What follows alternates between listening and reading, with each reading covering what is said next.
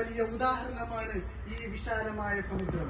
എന്റെ പൊന്നുമോനെ, നമ്മുടെ വീട്ടിലെ കുളത്തിൽ ജലമുണ്ട്, നമ്മുടെ വീട്ടിലെ കിണറ്റിൽ ജലമുണ്ട്, നമ്മുടെ നാട്ടിലെ തോടുകളിൽ ജലമുണ്ട്, നമ്മുടെ നാട്ടിലെ പുഴകളിൽ ജലമുണ്ട്.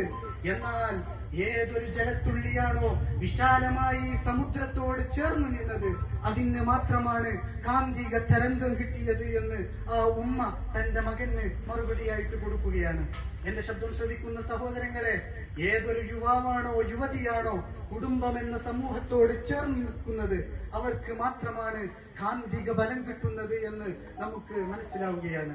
ദാമ്പത്യ ജീവിതത്തിലേക്ക് കടന്നു വരുന്നവരെ നമ്മൾ എന്ത് വില കൊടുത്തും അവരെ സംരക്ഷിക്കേണ്ട, അവരെ പ്രൊട്ടക്ട് ചെയ്യേണ്ട ഉത്തരവാദിത്വം നമുക്കുണ്ട്. മുന്നിൽ സല്ലല്ലാഹു അലൈഹി വസല്ലമ തങ്ങളുടെ കുടുംബ ജീവിതം അവർക്കൊരു മാതൃകയാണ്.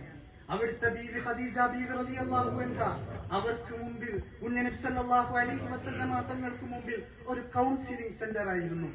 മുന്നബി സല്ലല്ലാഹു അലൈഹി വസല്ലമ തങ്ങൾ വഹിയിന്റെ തുടക്കത്തിൽ ഗദ്ഗത കണ്ഠനായി, വിഷണ്ണനായി, തളരുന്ന മാനസത്തോടെ, വിതുമ്പുന്ന ചുണ്ടുകളോടെ മുന്നബി സല്ലല്ലാഹു അലൈഹി വസല്ലമ തങ്ങൾ വീട്ടിലേക്ക് കയറി വന്ന ഒരു രംഗമുണ്ട്. ആ സമയത്ത് മുന്നബി സല്ലല്ലാഹു അലൈഹി വസല്ലമ തങ്ങൾക്ക് ലോകത്തിലെ ഏറ്റവും നല്ല പാതി